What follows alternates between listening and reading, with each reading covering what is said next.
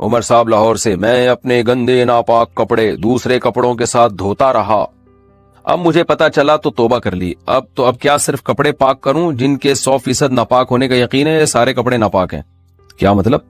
تو اب کیا صرف کپڑے پاک کروں جن کے 100% ناپاک ہونے کا یقین ہے، یا سارے کپڑے ناپاک ہیں؟ ہائے ہائے ہائے، یہ کیا کرتے رہے ہو میرے بھائی، ٹینشن میں ہمیں ڈال دیا آپ نے۔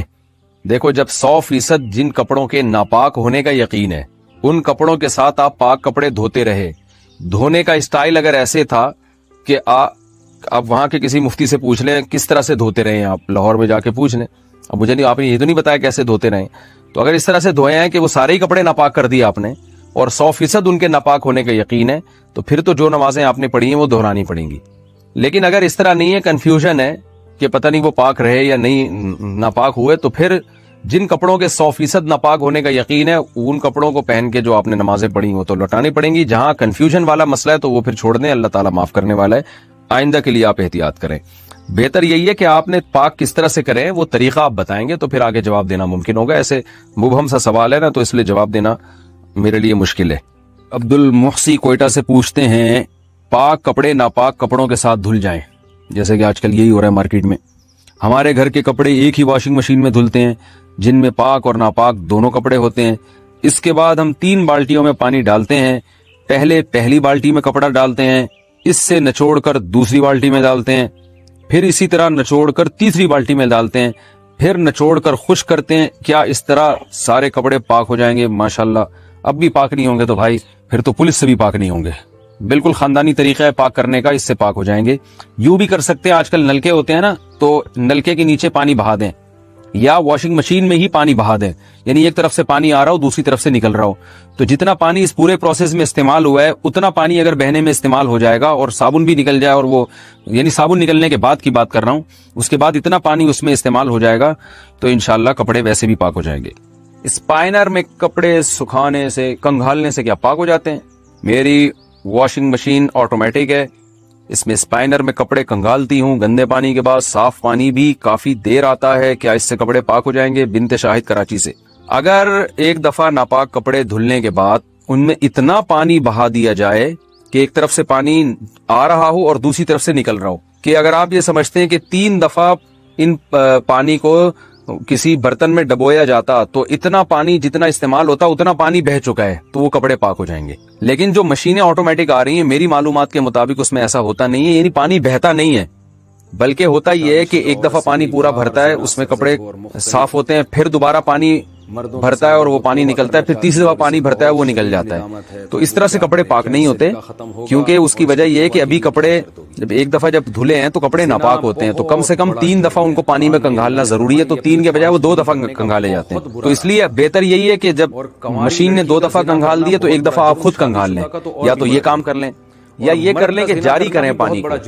جاری کا مطلب پائپ لگائیں، ادھر سے پانی آ رہا ہو اور ادھر سے نکل رہا ہو، تو جب اتنا پانی نکل جائے گا جس میں آپ کو اندازہ ہو کہ کپڑے پاک ہو گئے تو کپڑے انشاءاللہ۔ ٹب سے نہائیں تو اس سے کیا ہم وضو کر سکتے ہیں؟ گھر میں باتھ روم میں نہانے کا بڑا ٹب ہے جس میں 180 یا 200 لیٹر پانی آتا ہے، وہ ٹب اگر پانی سے بھرا ہوا ہو تو اس میں ایک دفعہ وضو یا غسل جنابت کرنے کے بعد دوبارہ اسی پانی سے وضو یا غسل کیا جا سکتا ہے؟ شیرینہ خان بھائی، ٹب میں اگر آپ نے غسل ایسے کیا کہ ٹب کے اندر بیٹھ کے غسل کیا پھر تو اب نہیں ہو سکتا اس سے کچھ بھی۔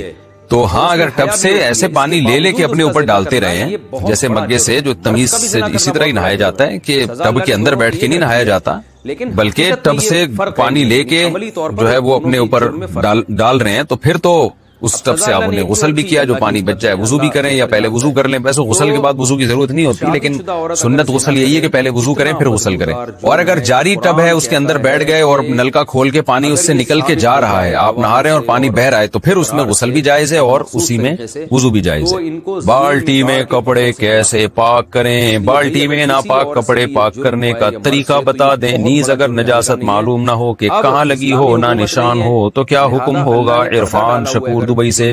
دیکھو پہلے جہاں نجاست لگی ہے اس جگہ کو دھو کے صاف کریں, اور اگر پتہ ہی نہیں چل رہا تو اندازے سے دھو لیں کہ اس جگہ شاید لگی ہوئی ہو, اندازے سے بھی دھو لیں گے, اللہ قبول کر لے گا انشاءاللہ. باقی یہ کہ بالٹیوں میں پانی, بالٹی میں تو جب کپڑے ڈالے جائیں ان کو اچھی طرح رگڑا جائے, اور پھر کم سے کم 3 دفعہ, جب پہلے یعنی جب تھوڑا صابن نکل گیا نا اس کے بعد کم سے کم 3 دفعہ بالٹی میں کپڑا ڈال کے نیا پانی لے کے نچوڑا جائے.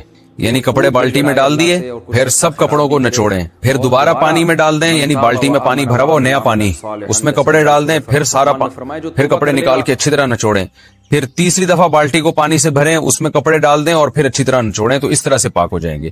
لیکن آج کل تو بالٹیوں میں دھونے کا رواج نہیں ہے, واشنگ مشینوں میں دھلتے ہیں, اور کپڑے ویسے بھی لوگ نیچے دھو رہے ہوتے ہیں بیٹھ کے, پھر آخر میں بالٹیوں میں ڈالتے ہیں اس کو. تو خلاصہ یہ کہ کپڑے میں اگر گندگی کے نجاست کا جو نشان ہے یا بدبو آپ نے اگر ختم کر دی ہے نا, تو پھر 3 دفعہ اس طرح سے پانی میں ڈال کے کنگھا لیں گے تو کپڑے آپ کے پاک ہو جائیں گے. اور ایک اور آسان طریقہ ہے کہ پہلے کپڑے اچھی طرح دھو لیں, پھر بالٹی میں کپڑے ڈالیں اور نلکے کا پانی کھول دیں. تو جب بالٹی کا پانی نکل کے بہنا شروع کر دے گا نا تو وہ جاری پانی ہو جائے گا, تو بھی کپڑے پاک ہو جائیں گے. قبضے کی زمین پر مسجد اور نماز کا حکم. قبضے کی زمین پر بنی ہوئی مسجد میں نماز پڑھنے کا کیا حکم ہے؟ ریاض فیروزی. قبضے کی زمین پر مسجد بنانا بھی حرام ہے, اور اگر مسجد بن گئی تو اس میں نماز پڑھنا بھی جائز نہیں ہے. کسی نے نماز پڑھ لی تو وہ واجب الاعادہ ہے, اس نماز کو دوبارہ لوٹانا واجب ہے اگر کسی کے ذاتی جگہ پہ کسی نے قبضہ کیا ہے. مدی نکلنے کے حکام. اگر مدی کپڑے پر لگ جائے تو کیا کپڑا ناپاک ہو جائے گا؟ کتنی مقدار لگنے سے ناپاک ہوگا؟ اور کپڑے کو پاک کرنے کے لیے کیا طریقہ ہوگا؟ کیا مدی نکلنے سے وضو ٹوٹ جاتا ہے؟ محمد قربان انڈیا سے. مدی اس ٹرانسپیرنٹ پانی کو کہتے ہیں جو ہے جب کسی مرد کو خواہش یا شہوت پیدا ہوتی ہے تو جو پانی نکلتا ہے تو اس کو مدی کہا جاتا ہے. ایک تو بالکل وائٹ پانی ہوتا ہے جو ڈسچارج ہونے کے وقت نکلتا ہے, وہ اس سے تو غسل فرض ہو جاتا ہے. جو مزی ہے اس سے وضو ٹوٹ جاتا ہے, اور باقی وہ کپڑے پہ لگ جائے تو 1-2 قطرے اگر لگے ہیں تو وہ تو معاف ہیں, تھوڑی بہت نجاست معاف ہوتی ہے. لیکن اگر ہتھیلی کی گہرائی کے برابر جو 5 روپے کا سکہ ہے نا, تو اس کے برابر اگر وہ مزی پھیل گئی ہے یا مختلف تھوڑی شلوار پہ یا جسم پہ کہیں لگ گئی ہے, اور خیال یہ کہ اتنی ہو گئی ہوگی, تو اس کو دھونا پھر لازم ہے, دھوئے بغیر نماز نہیں ہوگی. لیکن دھونے کا طریقہ آسان ہے. حدیث میں غسل خفیف کا حکم ہے, یعنی معمولی سا دھو ڈالنا بھی کافی ہے. تو ہلکا سا دھو دیں گے تو کپڑا پاک ہو جائے گا.